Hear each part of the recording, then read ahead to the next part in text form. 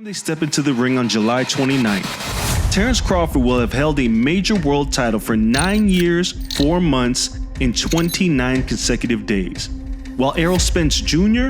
will have been a champion for 6 years, 2 months, and 3 days. One of them will see their reign as a world champion end, while the other will become undisputed.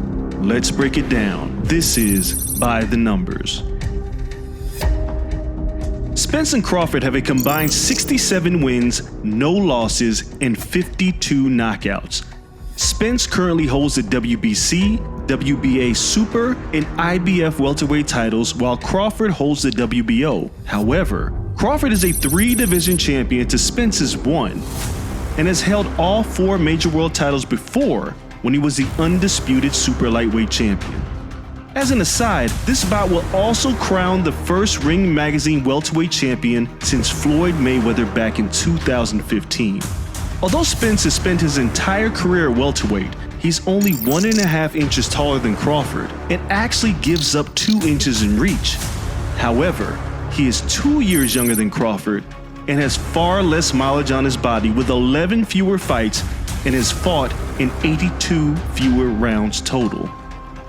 The number 1. In their 67 total combined fights, only 1 fight has had a judge scored for their opponent, and that's Spence's split decision victory over Shawn Porter in 2019. 784 days after that fight, Crawford faced Porter, and there would be no split decision. He knocked him out and sent him into retirement, and that's the first and only time Shawn Porter has been finished.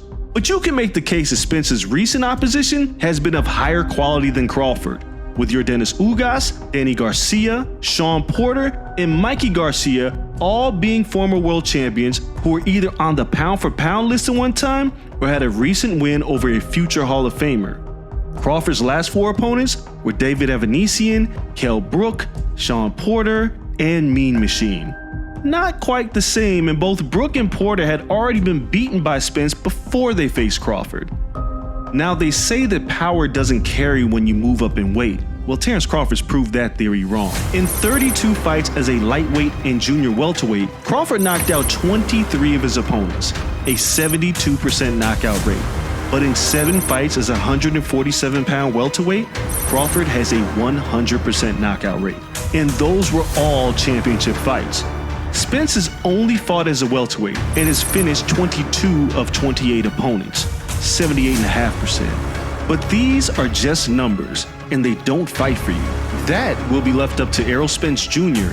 and Terence Crawford when they meet in one of the most highly anticipated fights in recent memory.